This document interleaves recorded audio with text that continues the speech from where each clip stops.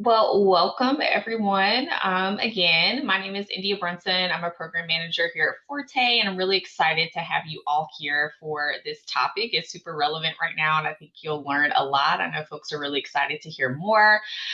So I'm really excited to pass it over to our friends at L.E.K to dive more into this topic. So, Marissa, I will pass it over to you to get us started. Thank you, India. Hi, everyone. Welcome. Thanks so much for joining our session. My name is Marissa. I am a senior recruiter based in our Boston office, and I recruit for our undergraduate population, so for our associate and summer associate positions. And I recruit primarily for our Boston, New York, and Atlanta offices. But it's super excited to have you all here and looking forward to sharing this information with all of you. I'll hand it over to Candace and then Haley to introduce themselves, and then we'll get started. Hey everybody, it's great to meet you. My name is Candace Nagaraja. I'm a partner in our healthcare practice, and I use AI a lot. So excited to talk with you about it. Haley? Hi, everyone. Great to have you here. Excited to spend the next hour or so with you. My name's Haley Tessler. I'm an engagement manager in our Boston office. Excited to walk you through our materials today, but also more excited to have you ask us questions as we get to the later half of the section. So happy to answer any questions that may be burning on top of your mind. Cool. Okay, so I think to get started, we have a variety of topics. We're first just going to go over kind of what AI is and what its role could be in business. Although for those of you who are more familiar with AI, you probably know it can essentially be anything we want it to be. We'll then go over AI in the job search. We'll talk about resume and cover letter best practices. We'll quickly go over the L.E.K associate interview process for those of you who are interested in consulting or in L.E.K. And then we'll have kind of a few closing questions and a little bit of a closing discussion, and then we'll open it up for Q&A. So first of all, oops, sorry, I'm getting the message from India. So first of all, when you look at kind of your career, technology, and the power of AI, there's a variety of things that are important to know. So first of all, if you look on the upper left, AI is essentially reshaping every industry. So no matter where you go in business, it's going to essentially be shaping your work. So from consulting to retail to healthcare, even outside of business, and maybe most importantly, outside of business. So there's a few things that you should know about AI in order to really drive your career and kind of your future career aspirations forward. The first is kind of to get your foot in the door, understanding how AI works to help you stand out as a job candidate. The second is understanding that tech fluency, so even at a basic level, is a competitive edge in any role. So you don't necessarily need to be going into the tech space, but if you can understand and work AI at any basic level, that's very important, and that will help you differentiate yourself. And you don't need to be a coder, just curious, informed, and adaptable. That's what's great about generative AI in particular. So let's talk a little bit about what AI is. So we have AI versus machine learning. So AI is kind of the umbrella term, technology that enables machines to mimic human intelligence. So things like learning, problem solving, and decision making. And machine learning is a subset of AI that enables systems to learn from data and improve over time without explicit programming. So there's a few real world business applications of AI. So first would be chatbots. So anything where you're in customer service, you're handling common queries, things like Sephora's virtual assistant, that's all AI driven. Recommendation engines, so things like Amazon and Netflix that are driving sales and engagement. And then automation tools, so things that are streamlining tasks like invoice processing, email marketing, etc. So there's a few myths versus realities that we can think about when we think about AI. And again, these are a bit funny, but the first is AI will replace all human jobs. That is false. So AI often enhances human roles, handling repetitive tasks and freeing professionals for more strategic thinking. And the second myth is you need to be a coder to use AI. So many tools are designed for business users with no coding required. All you need to be able to do is write a question or a series of questions, and it will kind of give you answers and give you information. So that brings us to the last point, which is generative AI, where creativity meets technology. So generative AI are tools that can generate original context like text, images, and code. So ChatGPT can essentially draft emails, business proposals, reports.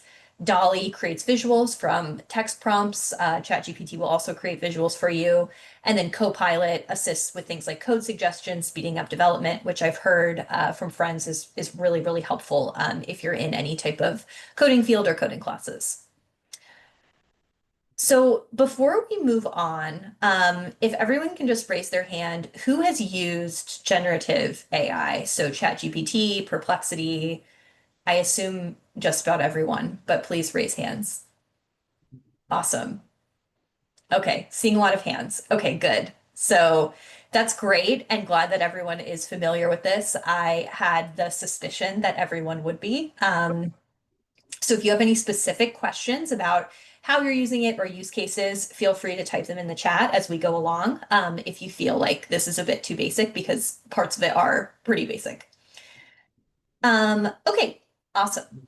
So let's talk about AI across industries. And I think the important thing to take away here is that AI is not just important in a single industry. So in our industry, consulting, it's very, very helpful for things like market research automation, data synthesis for client strategy. It can even start cutting some data for you. In healthcare, it's being used for diagnostics and drug development. In finance, it's being used for fraud detection and algorithmic trading. In retail, it's used for inventory management and personalized marketing. And in education, it's used for personalized learning and content generation. And this is only kind of a very small subset of the uses of AI, and they're essentially growing every day. Cool. Napkin AI for infographics. That's awesome. Thanks. I will take on that tip. Gonna pass it over to Haley to talk through a little bit about AI in the job search. Perfect. Thanks, Candace. Yeah, so AI in the job search. I'm sure you have already, many of you on the call have seen articles in, Wall Street Journal, Financial Times, Google News about how AI is impacting not only the search from the candidate end, but the search from the company end. And a couple of the main things that you're seeing kind of start to see in mainstream today is AI-based systems to basically help screen candidates. So this is around kind of resume keyword scanning, scoring and ranking. So think of jobs that get, high volumes of resumes in, using this as kind of a first pass to see, which of those candidates' resumes are aligned with the job description and the role that the candidates or that the companies are trying to fill. We're also starting to see recruiters in particular start to use these. So helping with some of the more administrative tasks of, going through resumes, scheduling interviews, trying to get early assessments on potential fit or challenges based on kind of algorithms that they have developed. Oh, sorry, Renee, can you go back? Thank you. And then last, kind of company workflows. So this is something that we're seeing kind of across all functions in an organization, from recruiting to finance to data and analytics teams, really starting to think about how can the organization use AI and encourage their employees to use AI to help with hiring and productivity of team members. Now, I want to caveat here that while these are tools that are becoming prevalent in the market, at L.E.K, we are still taking a very, I don't know if it's an old school or traditional approach, but we are taking a very human-driven, holistic approach to our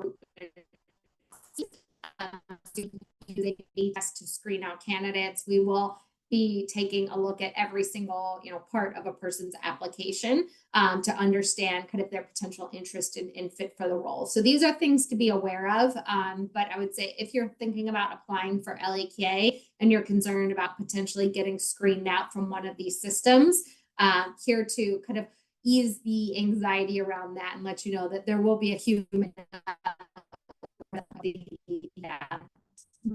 for this season.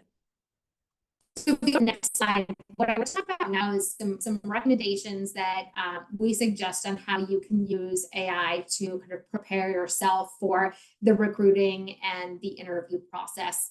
You may already be doing these from where you're at kind of in your academic career and thinking about entering the workforce, but some of the most helpful areas where we see students using AI is in the tools to basically help them prepare their application packages, both in terms of refining their resume writing and also kind of helping to build the cover letters. Now, a little bit, I'll go through these in a little bit more detail, but this is just the most kind of common use cases from kind of material prep. And then second is interview practice. So there's a lot of tools now where you can actually do kind of simulated interviews, virtual Q&A to get yourselves more comfortable with an interview or, a case discussion. So both from preparing your resume, building your cover letters, and prepping yourselves from interviews, I would encourage you to get comfortable with these tools and start seeing how you can best use these to prepare yourselves for the journey that you guys are going to be on as you're career searching. I would be remiss if I didn't highlight the stuff at the bottom. I think that there is a very real opportunity to maybe let AI do the work for you. And I would encourage you that really make sure that as you're using these tools and you're doing your interview, practice, that you're really maintaining authenticity. So thinking about, the story that you want to tell about what's important to you, what have you accomplished, why are you interested in the firm.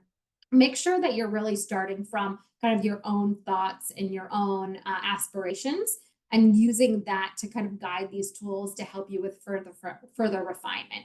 So, using them to give you potential first drafts or suggested modifications, but really don't copy and paste. If you, ask ChatGPT, a prompt 10 different times, you'll get slightly different answers, but you'll understand, you'll see that the tone of it is very similar. And what we want to see through the interview process is, your personal voice coming through and your real authentic self coming through. So make sure that that doesn't get dampened as you're using these tools. Right, so why don't we go into a little bit more detail on the kind of resume and cover letter best practices. So many years back, when I was tasked with writing my first resume and cover letter, I was like, what should a resume and cover letter even look like? I don't know in what year I was drafting these resumes and cover letters, but I am anticipating that most of you on that line have a better sense of, at least a starting point of what these should look like.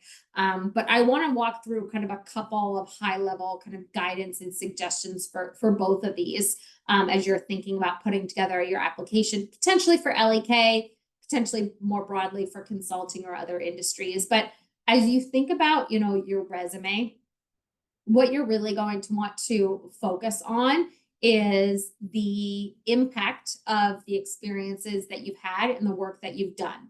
So always kind of describing not only your roles and responsibilities, but what were you able to kind of accomplish in those roles and responsibilities, and kind of what was the so what behind that bullet. So one of the best practices that has been around for a long time is, where possible, quantifying the impact of your accomplishments through your resume building. Make sure that you're showing a mixture of both your analytical capabilities, whether it's, experience with coding, experience with statistics, other types of kind of really quant heavy experience, but also making sure that qualitative, experience and expertise is coming through. So, what is your experience working within teams? What is your experiencing managing, challenging coworkers or challenging bosses? How do you kind of handle some of the ambiguity that you might see in the workforce. So maintaining that balance between, quantitative and qualitative experiences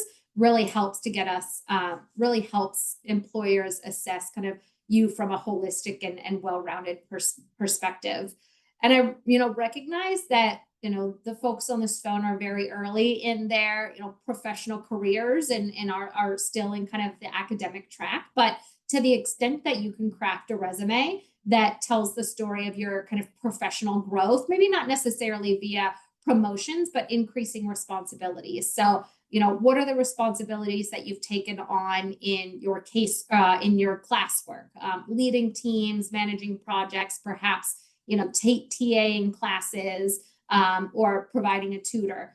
What are some of the involvement that you've had in extracurricular activities and club activities? So whether that be sports, any of the fraternity and sorority life, anything that you do kind of outside of casework. What has been your role in those organizations and in those teams? And how have you kind of started to develop some of your, professional skill sets through those different avenues? And then, the last question, the airport test.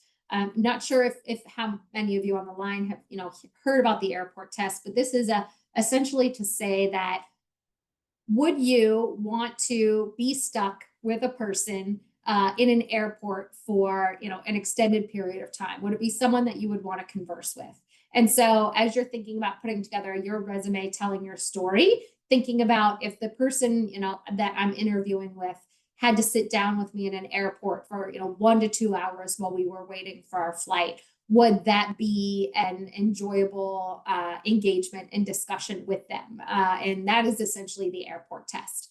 So that's guidance on all of the things that you could do, and what we recommend putting on your resume. There are still some very clear don'ts on what we say don't put on your resume. It's very easy to root out when things are embellished. So only put things that are true that you can, stand behind with confidence, especially for things like extracurriculars, interests, fluency outside of kind of traditional casework. Those are often things that in interviews come up because they're the most interesting. And so, whatever you put on your resume, be prepared to be able to stand behind and defend. The other thing is, taking credit for broader teamwork. I think there's a balance between if you've operated within teams, whether it's your academic teams with your classmates, sports teams, if you've had some job experiences so far, you'll really want to focus on the success of the team more broadly, but specifically what did you do and what was your role within that team and what did you drive? I myself was guilty of using the royal we a lot when I first started interviewing and when I first started about my experiences. And I always got pushed to talk about, well, I understand what the whole team did, but what was your contribution to that? So really thinking about how you balance that narrative of being a team player while really being able to talk about, what you contribute and what you have done specifically.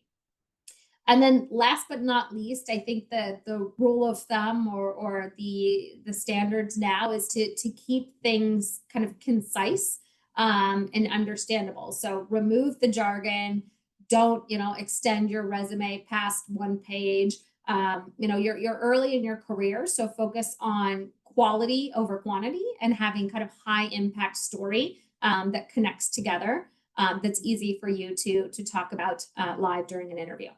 So that's some early guidance on resumes. On cover letters, I think cover letters are becoming increasingly important. I know that I myself, 2 years back, was responsible for reviewing applications for our MBA cohort, not necessarily our undergraduate cohort, but with the quantity of resumes that you get in, the number of people that are looking for a select number of spots, the cover letter is really an opportunity, I think, for the candidates to have a little bit more creative freedom in the story that they want to tell and how they can really use this platform to articulate one, why me? So why me as a candidate? Why should the company take a chance on me? What are the skills that I have that are relevant to the job that I'm applying for? And where can I start to tell you about the times where I demonstrated key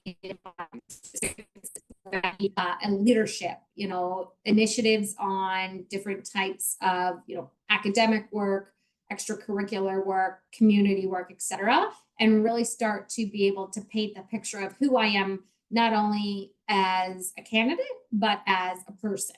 And then the other question that you want to think about answering in your cover letter is not only why me as a candidate, but why you as an employer. So why am I interested in this company or this firm? And why do I believe that the skill sets that I've had and that I articulated are going to be a good fit for the role that I'm applying for? And so really using it as the opportunity, using the cover letter as an opportunity to help contextualize for the employer, why they meet your job criteria, why they are a firm or an organization that you would be interested in joining. And then lastly, if you had any meaningful engagements or interactions with members of that company or of that firm that has really given you insight and validated your interest in the firm, just reaffirming that and expressing this. I think the cover letter is really the way to get down to the specifics of why am I the best candidate and what can I offer to your organization? And why should you be the one why should you give me an interview? I think, with all of that said, there is the underlying tone of this, call in particular, but broadly, more society is how do we start to handle AI and how do we think about the ethics of AI in the workplace and more specifically in career preparation. And so guidance to you as you're thinking about putting your resume, your cover letter, doing your interview prep, use AI more as a assistance tool or, an enhancement tool, but don't use it to replace that creative process of developing your story, developing your materials, and really, understanding how do you want to position yourself as you're applying to jobs in the workforce. Don't become, over reliant on it. I think, we are very busy. We have a lot of things that we need to get done. There's probably, a tendency or a potential habit that we can get in where we just, start to ask and start to rely on AI to do these tasks and maybe not put as much thought into it before we go, to ChatGPT and type in, a question for it to answer. So really start to think about how to train yourself on how to not become, reliant on these tools, but really how to leverage them to enhance once you already have a foundation. And then lastly, be transparent. I think everyone in the professional world now knows that AI is here, knows that it is being used in all facets of our daily lives and our jobs. And so just be transparent about the use of AI. If it comes up, if you're, questioned in an interview, well, how do you use AI or how did you use AI to, prep for these interviews? Just be transparent and be prepared to, explain what you did. And I think a good sense check is if you're not comfortable explaining it to someone that is interviewing you, how you used it, then you're probably not using it the way that you would want to be using it in preparation for that.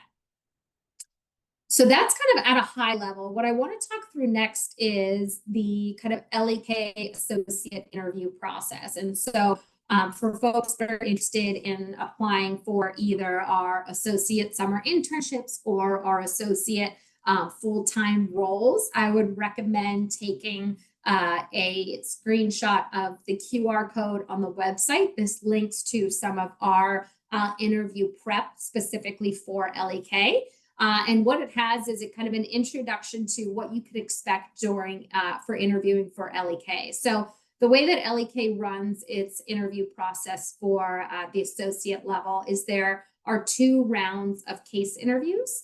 And then the first one is just case-based interviews. So, standard cases, 30-minute interviews. I believe there are 2. And then in addition, if you make it through to final rounds, there is an additional business logic case in addition to those standard case interviews. And so what these case interviews are, if you haven't already started, preparing or practicing case interviews, the case interviews are really intended to help you solve a business question, analysis of a business question. I'll go through that in more detail. But at this point, I would just highlight that while the case interviews are kind of the center of our interview process, we will ask candidates a number of behavioral questions. So being able to speak through your resume, your cover letter, why you're interested in the firm, why you're interested in the associate position, talking about key experiences that you've had. Those will happen in addition to the case and are still extremely important. So this goes back to having, again, a balance of quantitative and ability to kind of crack a case interview, but then also really knowing kind of your story as a candidate and being able to speak qualitatively about your path and your interests.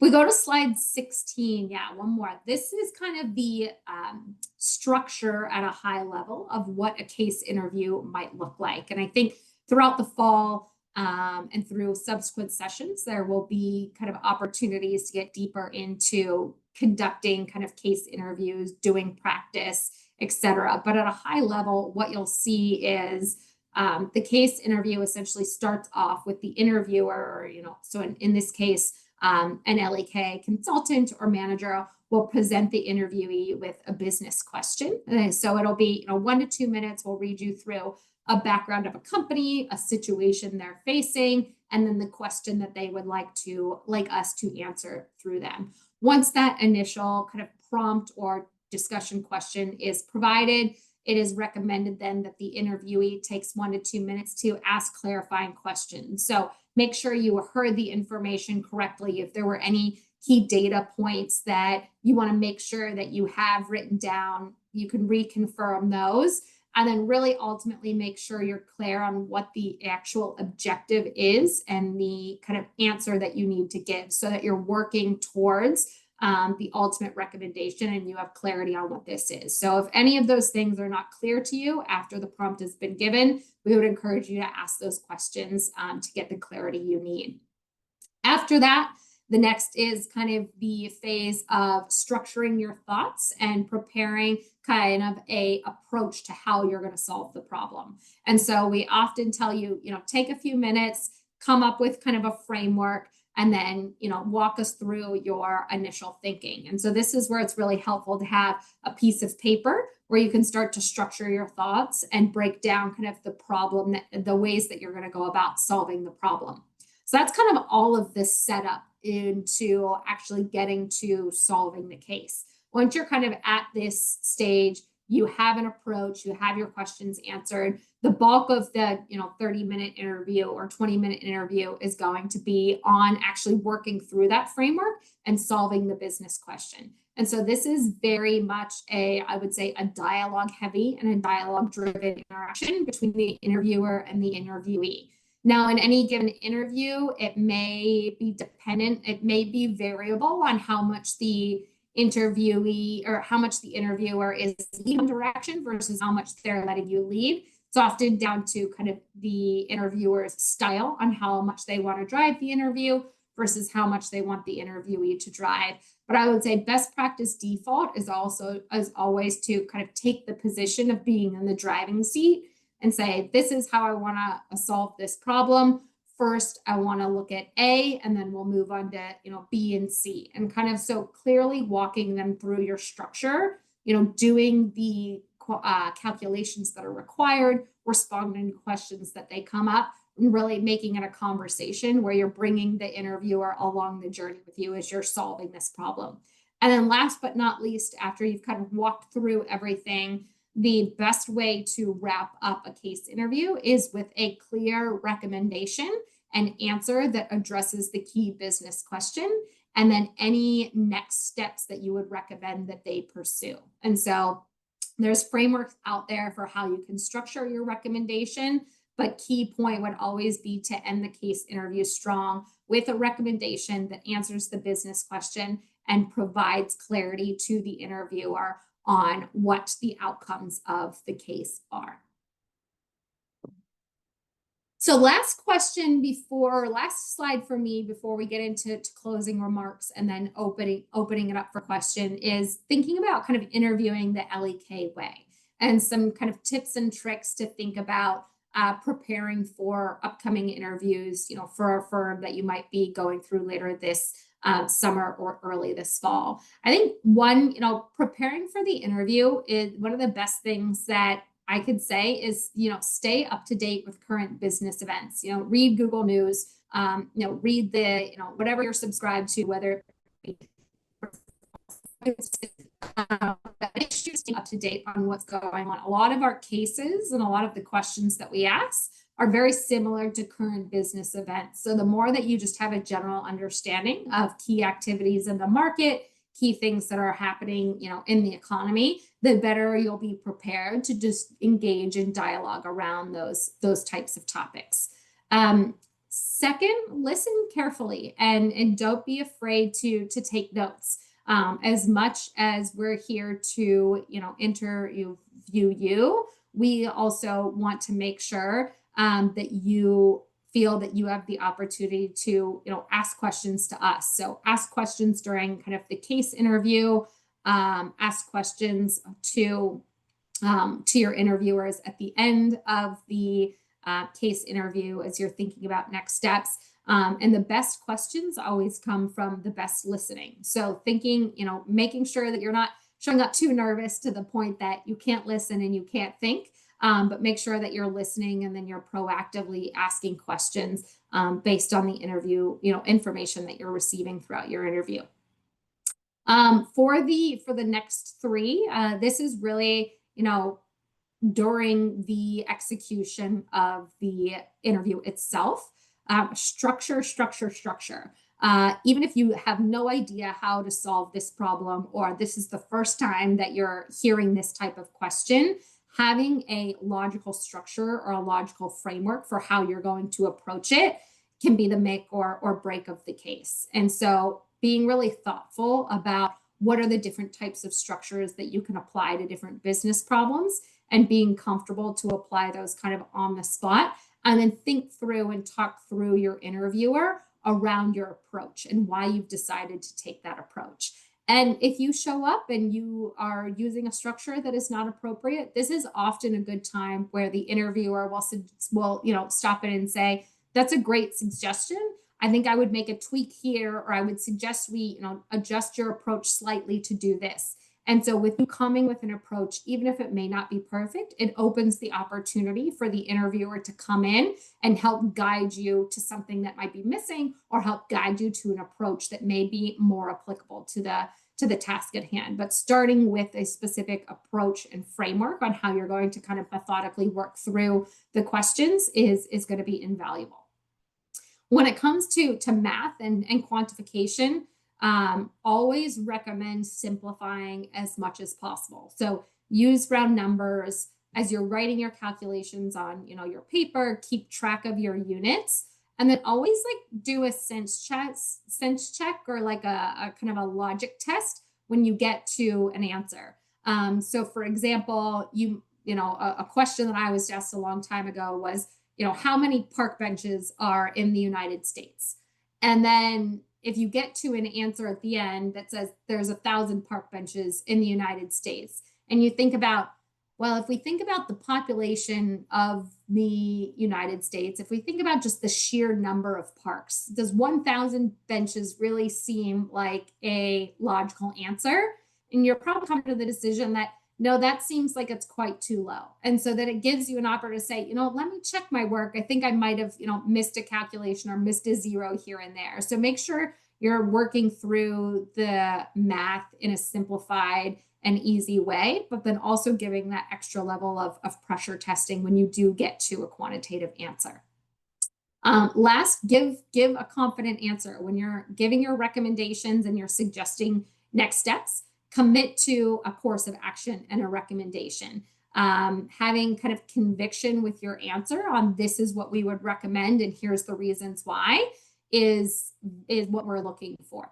That being said, be flexible. If the interviewer is saying that's a great suggestion, but what the management team is really interested in is actually looking at this, be prepared to pivot. So conviction with flexibility is going to be kind of the best way to portray your answers during the interview. And then last but not least, the preparing for the non-case components. So this goes back to the preparation for the resumes, the cover letters, the interview prep. It's not all just about the case interview. The L.E.K team and we as the firm take a very holistic approach to evaluating candidates, and that is everything from the answers to your qualitative behavioral discussions, the strength of your resume and your cover letter, your engagement with different members of the firm through different interactions. So really be prepared all around. Don't spend 90% of your time focusing on the case question and then forget to, prepare and get comfortable with everything else. And then last but not least, what's always really helpful as an interviewer is when the interviewee is very educated on the role and on our company and has really thoughtful questions to ask the interviewer. So coming prepared with, you could have, 1 to 2 questions for kind of each interview that you come into, but being prepared to answer when the interviewer at the end says, do you have any questions for me? This is a great time to show that you've done your homework, you're really engaged, and hit them with 1 to 2 really key, really thoughtful questions. So now that I have went through the process from resume development, cover letter development, preparation through interview process, probably ad nauseum, I will turn it over, I think, back to Candace for a few closing remarks before we get to Q&A. Thanks, Haley. So I think there's a few practical takeaways from this session. So the first is be curious about AI and how you can use it to help you and the cover letter, resume, interview process. Don't be intimidated. Use AI as a partner, not a crutch. So what we say here is you need to own your work, even if it's coming from AI or even if you've used AI for research. So that means double checking all of the sources, adding your own voice into the writing. All of that's going to be incredibly important, especially when you're using it to help you in the interview process.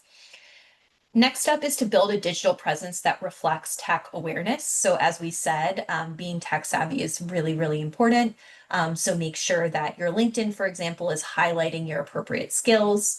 And then finally, keep your story at the center. So when you're recruiting, you want to come with a very clear message about where you've come from, where you are now, and where you want to go. Try and tie that together with specific themes. AI can help you do that, but remember to kind of tie everything back to your story at the end of the day. Okay, so 2 questions then to kind of get us rolling on Q&A. First of all is, how do you feel about AI reviewing your resume? What would you ask AI? Maybe that's a better question. What would you ask AI if you wanted it to review your resume? And I realize I'm speaking like a geriatric person when I say ask AI. So input your platform of choice.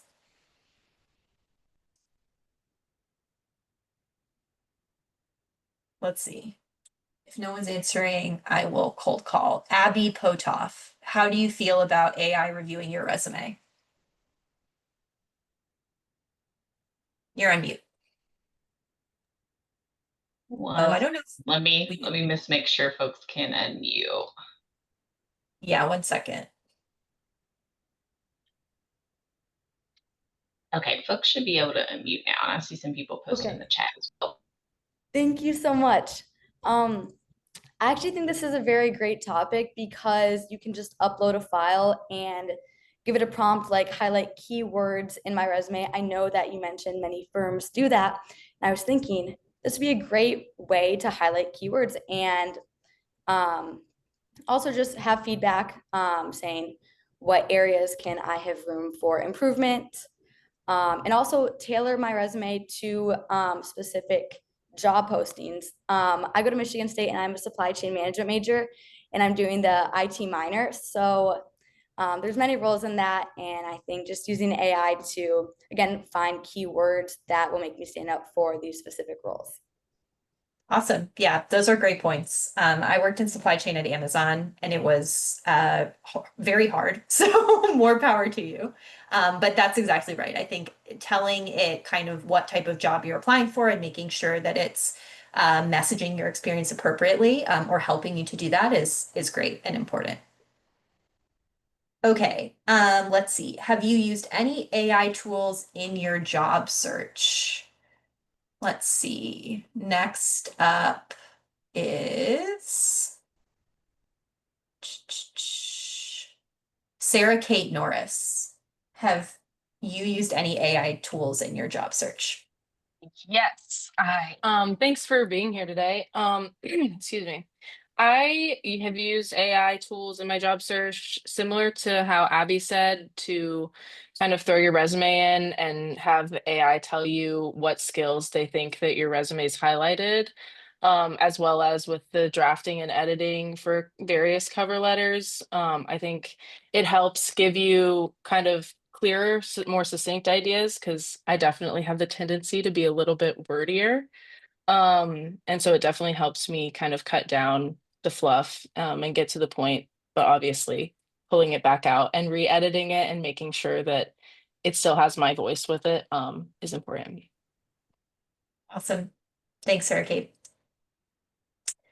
Okay, anyone else have any other questions for us? I just had a quick question regarding your discussion of cover letters and resumes. I am a very visual person. So for me, it really helps to have examples that I can refer to just to kind of really kickstart myself. Is there, like, I've scoured the internet over the years looking for effective examples of both cover letters and resumes. Is there somewhere that y'all could recommend that would give real examples of cover letters and resumes that have successfully landed jobs? It's a good question. I don't think I know of any. Yeah, I don't think I've seen that. Although I haven't really like participated in a job search since I was in MBA, and that was longer than I cared to say. And at that point, we weren't really using AI.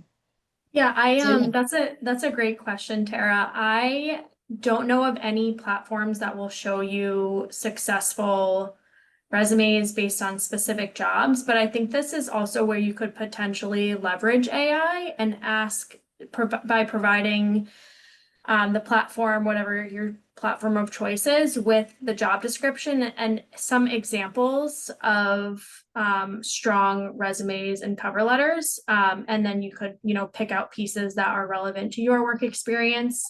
I don't know how comfortable you are with your alma mater, but I think Career Services is always available to their alumni in some capacity. So that could also be a potential resource that you could utilize to get an idea of some helpful like basic resume and cover letters that you could leverage off of.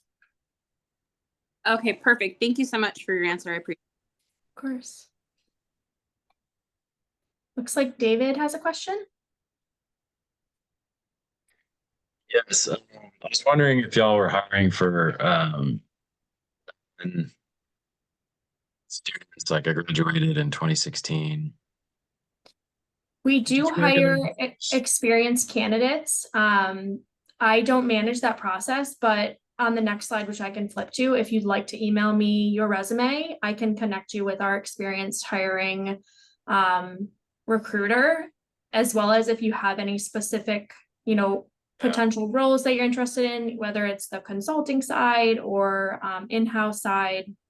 We can definitely connect offline and talk through potential opportunities that we have coming up and through the pipeline. Also, would I qualify for the internships or any of these college roles or anything you're talking about today? Did you graduate college in 2016, you said? Yes. Yeah, so this is for 2026 grads, so recent undergrads with no post-undergraduate full-time work experience. Same with the summer internship that's dedicated for students that are between their junior and senior year in their undergraduate degree. Oh, the same for the summer? Is that what you said? Yes, yeah. Application. Okay. It says applications should be submitted through career services and what would you prefer, submitting the web? Do you recommend submitting an application through your website or through LinkedIn or through Handshake? If the role is open, you can submit right through the website. Is it considered better in a different way on LinkedIn or Handshake, or does it matter? No, it doesn't matter. Honestly, it's better. I would say it's honestly better to apply through our website rather than through Okay. Handshake or LinkedIn. And should I get the other panelists' contact info or just yours or? Fine, and then we'll circulate contact info to this group once I confirm it works for them. Okay. Okay, thanks. Great. Before we jump to the next Athena, we'll just go through the application process really quick. So our full-time associate position, which is, as I mentioned, for 2026 graduates, this role is for an August or October 2026 start date. However, we do hire about a year in advance. So the position for the associate application is now open. Interviews will begin in August. All will be virtual. And then for our summer associate, the position opens in mid-August, deadline in mid-September, and interviews will begin in late September. If you have specific recruiting questions, feel free to reach out to me. Also happy to answer them here as well. But I know there are quite a few of you on the call too, so might be better to connect offline. But would love to hear any other additional questions you have, and we can start with Athena. Hi, thank you so much for your informational session. So I had a question. I am currently a master's student graduating this August, and I was wondering, so I obviously wouldn't qualify for the internships or for the associate positions because these are for 2026, and I'm looking for opportunities now, like starting very soon in a couple of months. So I was wondering, what do you think is the best approach for me to do it? Just to apply for full-time roles on your website? We offer some experienced positions. Great. So you might be a good fit for like our lateral associate position. Without seeing your resume, it's hard to confirm that. Of course. But I'm happy to, if you want to shoot me an email, we can chat offline about what that Yeah. process looks like. Yeah, I'd love that. We can go from there. Okay, great. Would you mind sending me your email? Here, I'll actually Chat. just flip back. And it's right here on the right. Oh, okay. Oh, okay, so I have that. Okay, great. Perfect. Thank you. Of course. Any additional questions for our panelists?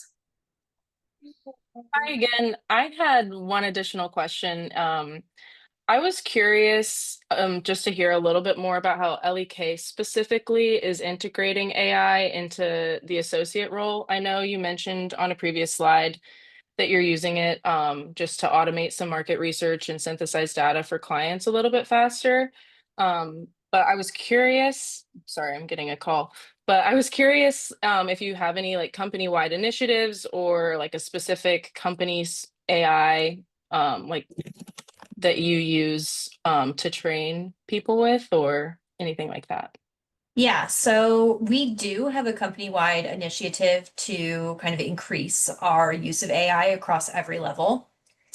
We have a variety of different generative AI subscriptions, and on the associate side, they're useful for a variety of things. I would say what I've seen most often is associates using them for things like interview transcripts or interview summaries. So basically, if you record, we work on Teams. So if you kind of record the transcript and then you can put it into our L.E.K proprietary AI. So we work on top of all the generative AI to make sure that the data that we input is then not shared to build the models more widely. But you can put it in there and you can summarize things like key takeaways. That's one big usage for it. The other big usage is around analysis. So if you drop in data sets, you can get it to cut different data in a variety of different ways for you and give you some kind of initial hypotheses.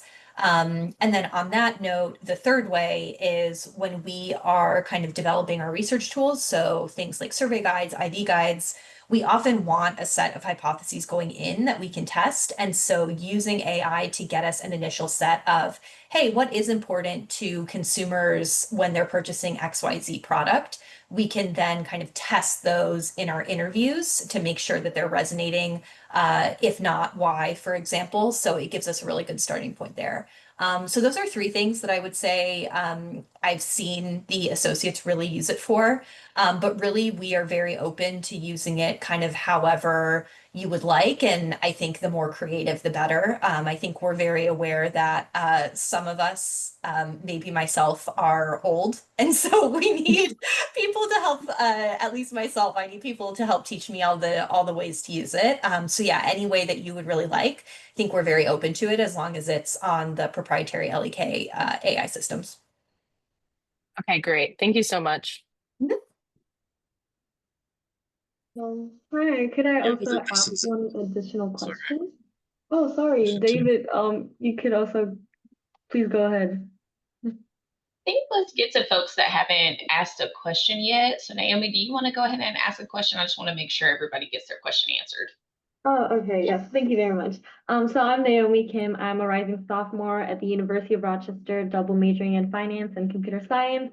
And first of all, I want to express my sincere gratitude for the whole L.E.K team on behalf of the Forte community. It's such a timely topic to bring out in this season where AI has been a boom for several years now. And I believe like utilizing them will definitely enhance our productivity. So thank you for sharing how to utilize them as our helpful tool. So my question was, it is very important to keep up with the industry trends and recent news, and also sharing those information may come up in the interviews as well. So I was wondering if you have any tips where we should find those sources. Do you have a recommended um, news outlet or like tips on it? So to be honest, and this is going to sound a bit circular, but I would actually ask like ChatGPT, Perplexity, what are the best sources? And I'm sure, like in terms of email newsletters or free resources, I'm sure they will do a much better job at compiling than anything random that's at least in my brain right now. I use it a lot when I ask for things like industry sources. I used it for a lot of or to get me a lot of the newsletters that I read on a daily basis. So I would definitely recommend asking it. And I think it'll probably give you some good answers. Yes, okay, thank you very much. I Oh would yeah, also say that's fine. instead of asking it like where to go, you can actually turn ChatGPT or some of those tools into basically your news digest. So I have a prompt and I have basically a project set up in ChatGPT, which gives me like my daily news rundown. And it's similar to like Google Alerts, where you can basically set up a prompt and set up a project that says, this is the type of work I'm doing, this is the type of role that I'm in or that I'm interested in, and these are the industries or topics that I care about. So my career is also in the life sciences sector, so I'm very interested on what were the latest drugs that got approved, or what executive orders or policies are coming out from the administration that is going to impact the healthcare ecosystem. And I say, can you just send me a summary that I can read in 5 minutes every morning at 9 a.m. Please include the links to your sources. And so that way, if I've only have 5 minutes to read it while I'm on the way to work, or if you're on the way to class, it's all right there. And then if you want to go deeper into something that interests you, all the sources are right there. So I found that incredibly helpful, because I used to just like scour individually, like The Economist, Wall Street Journal, CNN, and it just became too many sources. I'm like, I need AI to serve as like an aggregator and a synthesizer of the information, because I was just like so overwhelmed with like trying to do it myself. So that's been really helpful too. Wow, thanks for sharing that. Thank you very much. Of course. I think I saw Manreed as well had a question. Manreed, did you want to come off mute? Hey, yeah, my name is Manrik. I am a junior at the University of Pittsburgh. I'm majoring in neuroscience and economics. I actually had a question about L.E.K and how you guys are approaching healthcare having a larger now overlap within the business sector and just how you guys are approaching having consultants that would also be in like what some companies call like development aspect of create helping companies that we're working with to create and not just like prompt ideas. And do you guys think you guys are gonna proceed to have that as a specialized role, or would it fall more under the life sciences aspect of just a consultant? Yeah, so I want to make sure, Manreed, I understand your question. So are you asking about kind of how L.E.K and specifically when the healthcare team at L.E.K is working on kind of like developing solutions for clients that can actually be used, or rather than giving kind of strategy advice, but actually like developing like products and solutions for the organizations? Like, is that what you're asking? I just want to make sure that I'm interpreting that correctly. Yeah, so like, do you think there would be a space at LEQ for like those two roles to have an overlap? Oh yeah, for sure. So couple of different places in our organization. So we have a growing data and analytics practice that is a combination of folks that have come from the consulting side that have an interest in a particular data and analytics skill set where they kind of cross pollinate over to that group, and they are the ones that develop new workflows, new products, new data sets that can be then used on casework and delivered for clients. So you can kind of approach it. If you come in as a consultant, there's definitely an opportunity, especially after you've been here for like a year and a half, to actually kind of cross pollinate and do a rotation with the data and analytics team. So that's one area. And the other area of the business that's starting to get bigger and more attention is basically our digital and innovation team. And so there's roles within that team where you are actually focusing more on product design and product development, which is a slightly different skill set to kind of a pure strategy consultant, but it's within kind of the strategy career track. So you're not just thinking and developing these products in isolation. You're actually working with the strategy consultants and the analysts on these teams to basically define what is the product strategy that's going to address the business need. How do we design that product to be usable by the end user, to give the clients, the information that they need? And then how do we actually develop a prototype or a product that the client can then go and use? So I would say the consulting associate position in conjunction with our kind of data and analytics and our digital and innovation team is really starting to see that overlap and the complementary skill sets that are required to deliver upon that. And how would you think would be the best approach of, so like I said, I'm a junior right now. Yeah. Getting into the digital innovation space, like that position that you said, because I'm assuming like since it's so early on, like there's not necessarily an internship position available right now, but I like at least specifically like do a lot of research Yeah. alongside like my intern at consulting. So how Yeah. do you think I it'd be would. possible, or do you think that's something you guys are going to do going forward some point? Yeah, I would recommend, and Marissa, correct me if I'm wrong, but I would say that, the internship associate route is probably your best bet. And then what we do when we have interns come in, we try to get them kind of casework assignments that align with their skill sets and their experiences and their interests. So if you were to get an internship and with us, you would have the opportunity to say, well, if there is kind of a digital innovation case or a data and analytics case that would be available, I would like to like raise my hand for it. Now there's no guarantee because it's really based on kind of the demand for those types of projects at a given time. But I would say that's probably your best path because there's not going to be a specific, those specific roles wouldn't be posted separately. It's more kind of you come in through the associate path and then try and kind of specialize once you get into that internship or into the organization. Okay, thank you so much.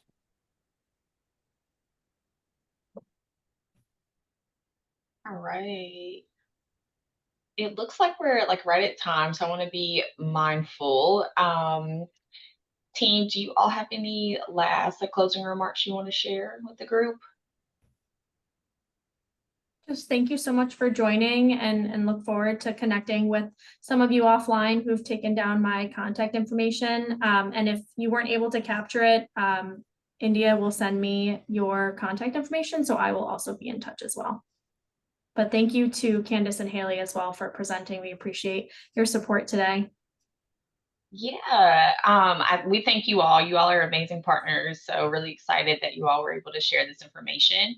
And hope you all will join us for a future event. But I hope everybody has a good rest of their afternoon, and hopefully we'll see you soon. Thank you all again for joining us. Thank you.